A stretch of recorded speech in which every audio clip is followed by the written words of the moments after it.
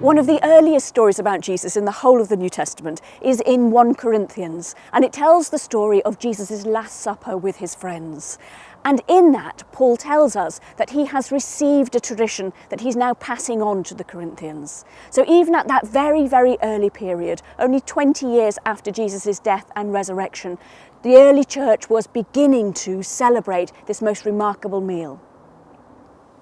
One of the confusing things when we go around visiting churches and you look on the church notice board, try to work out what the services are, because different churches and different Christians use different titles for actually the same service. Sometimes we see the title the Lord's Supper, and that's really important because it reminds us of that Last Supper that Jesus shared with his disciples on the night that he was betrayed. A title that we find quite often in the Church of England is Holy Communion, when we eat together the holy bread and the holy wine in remembrance of Jesus' death and resurrection. We're not spectators, we're sharers in this meal, and we come into communion with God. Another title that we find quite often is the Eucharist, and actually that's a Greek word, and it means thanksgiving. We come before God to give thanks for life, for health, for strength, but above all, for all that God has done for us in Jesus Christ. And indeed, why we come like that, it transforms us because it makes us more thankful people.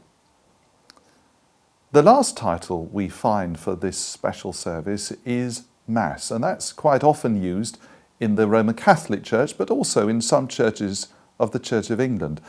And that comes from the days of when the service was all said in Latin, because right at the very end, the person presiding, the priest presiding at the service says, "Go in peace to love and serve the Lord." And when that was said in Latin, it has the words, "Ite missa est." It means be sent, go out into the world, do God's work. And we come together as the people of God, but then God sends us out into the world to do his work and to live for his glory. He said, "Do this in remembrance of me." Usually when we use the word remember in conversation, we are simply saying, oh, there was that great holiday I went on, that book I read, that film I saw, and I'm simply recalling something which happened in the past. However, in the Bible, and when Christians use the word remember today, we don't quite mean that. There's a phrase I heard once which said, in the Eucharist, we are remembering the future, that God in Jesus Christ has prepared for us a place in glory, that all worship is an anticipation of the life of heaven, and that therefore, when we remember Jesus, all the things that God has done in and through Jesus Christ are brought powerfully into the present moment. It's extremely special. It's a very precious moment. I don't feel that I am drinking blood and eating flesh, but we're following the example that Jesus gave us. Do this in